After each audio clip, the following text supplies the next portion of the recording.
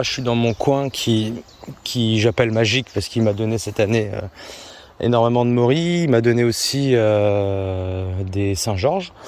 Et je voulais revenir en fait sur le spot pour vous montrer la flore en fait qui est présente. Donc qu'est-ce qu'on a? Euphorbe des bois. Là on a Hellebore fétide. Donc ces plantes, l'Euphorbe des bois c'est une plante neutrocline qui pousse principalement sur des terrains neutres. Et l'Hellebore fétide c'est une plante alcalino-calcaire. Et la morille pousse idéalement, c'est selon les professionnels, hein, ceux qui font de l'élevage, ils disent que la morille lui faut un pH de 7,2. Après quand on regarde dans les bouquins, on sait que la morille pousse grosso modo dans les pH entre 6,5 et 8,5. Alors après moi j'ai jamais mesuré le pH du sol. Mais ce que j'ai pu en apercevoir, c'est quand même que ça pousse très souvent dans les endroits où les plantes sont neutroclines. Donc vraiment des plantes à pH neutre. Et on a, par exemple, ça c'est de l'herbe à Robert. Donc on a le lierre terrestre qui est toujours neutrocline. Là, on a de la mercuriale vivace. Pareil.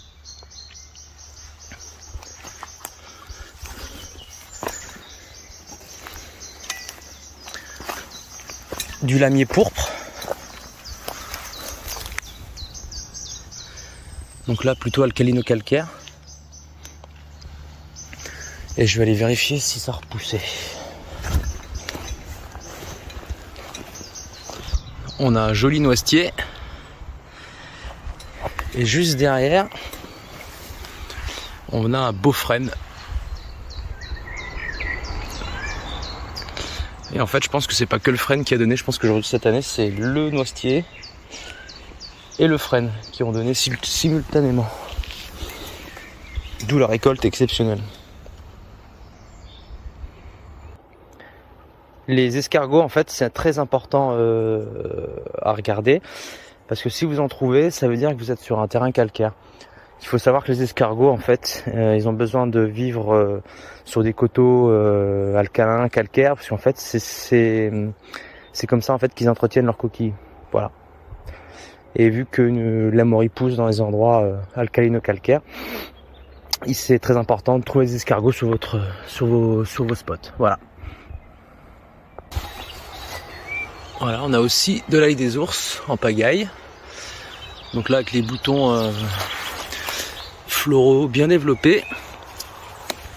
Donc ça, en général, ça annonce vraiment la fin de la saison. Vous voyez le lamier pourpre comme il est bien développé?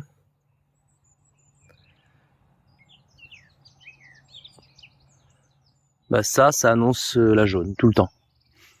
Quand le lamier pourpre est tout petit, à peine en fleurs, ça annonce le début de saison. Et puis quand il ressemble à ceci, hein, quand il est extrêmement bien développé, la tige est longue,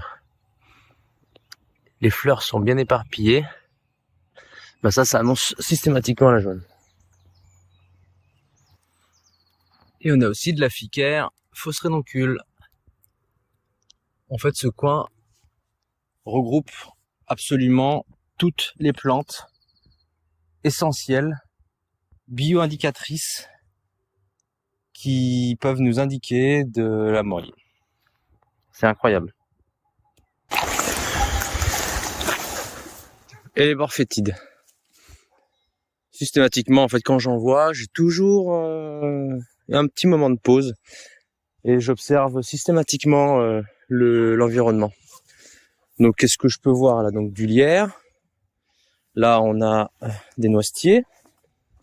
Et là, j'ai deux beaux frênes. On va aller voir dessous.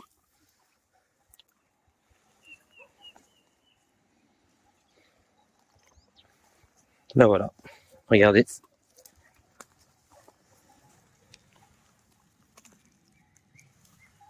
Incroyable.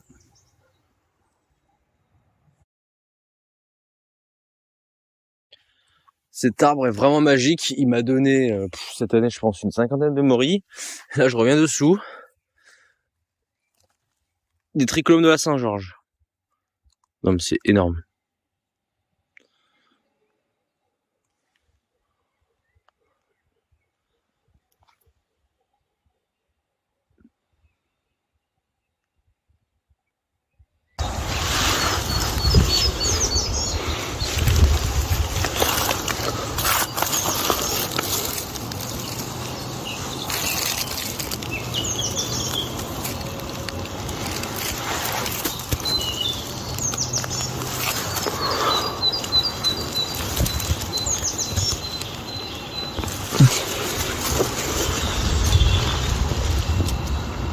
Et il donne aussi de la morille, mais il est formidable cet arbre.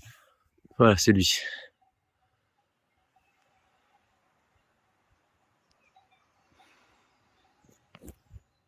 L'arbre enchanté. Encore l'arbre enchanté. Mais lui, cette année, c'est la folie.